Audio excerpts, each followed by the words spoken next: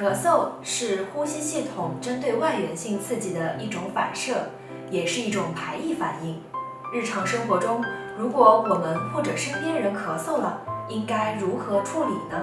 今天就让我们一起来了解咳嗽、治疗咳嗽，并学习预防咳嗽。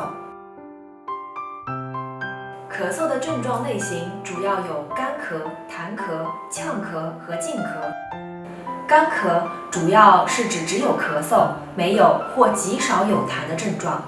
痰咳主要是指咳嗽有痰的症状。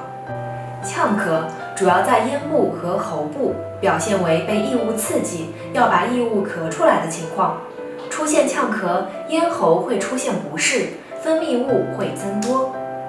静咳主要是在支气管段，表现为剧烈性正咳。一阵咳嗽持续时间长，咳时呼吸受到影响，有憋气的情况。咳嗽暂停时需要深吸气。日常生活中，干咳和痰咳是最常见的咳嗽症状，而咳嗽和静咳则更多的在偶发状态下发生。如果经常喝水被呛到，说明喉部可能有异物，建议对喉部做检查。如果经常发生惊咳，说明气管呼吸交换系统有异物，建议对肺部进行检查。引起咳嗽的原因有很多，情绪激动也可能引起咳嗽。今天我们主要说一说日常生活中生理呼吸系统方面疾病引起的咳嗽及治疗。呼吸系统疾病可分为感染性和非感染性。感染，首先，医学上的感染指细菌、病毒、真菌、寄生虫等病原体侵入人体所引起局部组织和全身性炎症反应。呼吸系统受到感染，可能会引起呼吸系统各部位炎症，如鼻前庭炎、鼻炎、鼻窦炎、鼻咽炎、咽喉炎、支气管炎、毛细支气管炎、肺炎等等。当一个人的呼吸系统被病原体感染，其临床症状表现可分为潜伏期、发作期、恢复期3个阶段。潜伏期以干咳为主，或有少量白痰，居家处理方式以排毒为旨，可大量服用维生素 C 约4000到8000毫克。一方面，维生素 C 是天然抗生素，另一方面，大量服用引起的轻微腹泻可以达到清肠排毒的效果。第二，可以用大量蔬菜洗净切碎，加点水盖上锅盖煮水服用。如果同时伴有口鼻干燥、咽喉肿痛等症状，可以选用玄麦柑橘颗粒来清热滋阴、祛痰利咽。发作期，痰液增多，颜色变黄。居家处理方式以解毒为主。第一种方式是用大蒜捣碎半糖。大蒜是厨房里十分强大的抗生素，而糖可以根据不同情况选择。如果咳嗽并且感到背凉，可以选用红糖；如果咳嗽痰多、口干、咽喉红肿，则可以选择蜂蜜或者冰糖。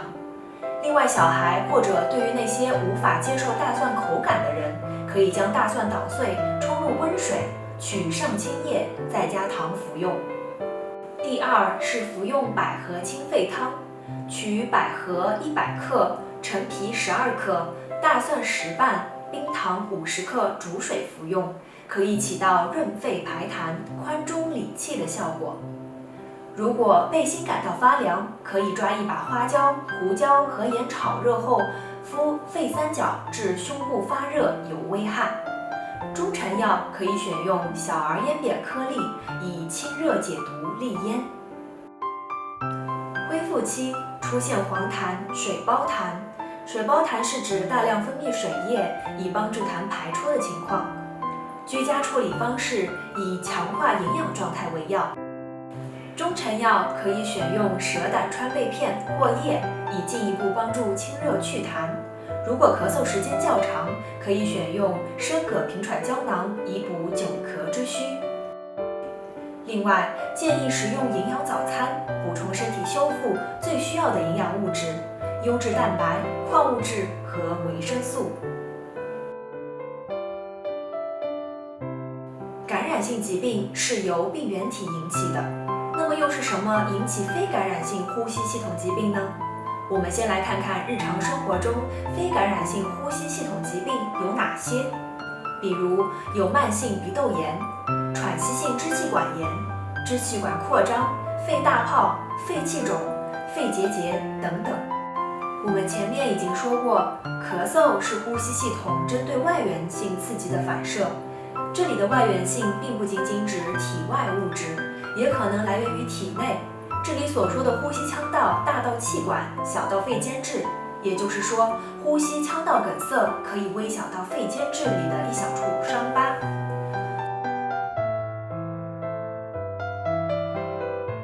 所以，维持呼吸系统腔道通畅，对于治疗非感染性呼吸系统疾病引起的咳嗽很重要。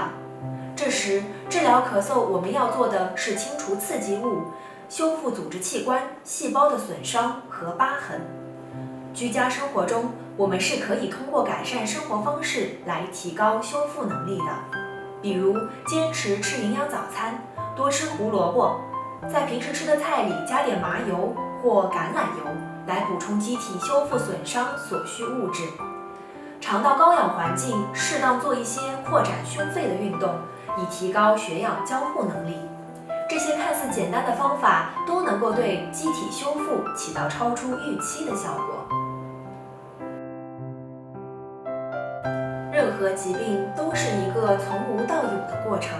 在了解引起咳嗽的病因后，我们应该意识到，在日常生活中，预防呼吸系统疾病比治疗更具有操作意义。对于呼吸疾病，一方面要减少外来病原体对身体的侵入，另一方面要积极提高自身免疫能力。最后，给大家介绍一些日常生活中预防呼吸道疾病的小贴士。首先，适当做有氧运动，多去高氧环境，提高血氧交互能力。第二，可以经常喝百合清肺汤，维护肺部健康。第三，坚持使用营养早餐，多吃新鲜瓜果蔬菜，补充机体所需营养物质，如优质蛋白、维生素、矿物质等，提高自身免疫力。最后，呼吸道疾病多发季节要做好日常防护，少去人群拥挤等空气不好的地方，减少与感染源接触。维护呼吸系统健康，从日常生活中的小事做起，让我们一起关注自己的身体，让健康的生活方式为您保驾护航。